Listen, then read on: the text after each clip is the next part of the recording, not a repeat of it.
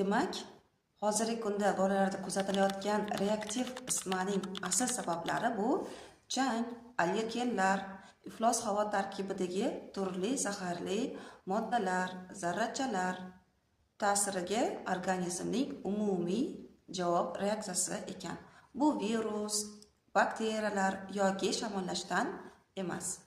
Endi qanday chora-tadbirlar qilish kerak va reaktiv isitma turli xil toshmalarni toshishini oldini olishimiz uchun esa albatta birinchi navbatda iflos havo bo'lganda ko'chada kamroq yurish, iloji boricha maktab va bog'chaga borayotgan bo'lsa, albatta tibbiy spetsifik niqoblardan foydalanish.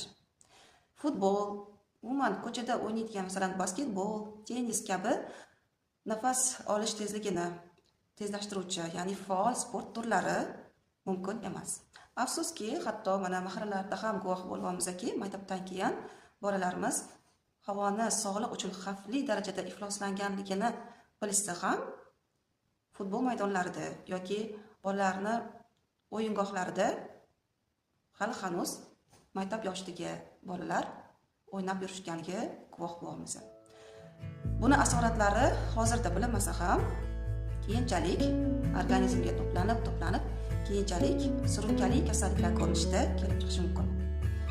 Va yana bunaqa maktabga borayotgan bolalarimizga yoki bog'chaga borish kerak bo'lgan bolalarimizga qanaqa qilib nutritsiologik yordam berish mumkin yoki qanday vitaminlardan foydalansak organizmga tushgan zararli moddalarni neytrallay olish yoki ularni tezroq chiqarib olishni yo'llarini bilishni xohlasangiz, Telegram kanalimga obuna bo'lib, ana o'sha yerdagi batafsil yozilgan faylni yuklab oling.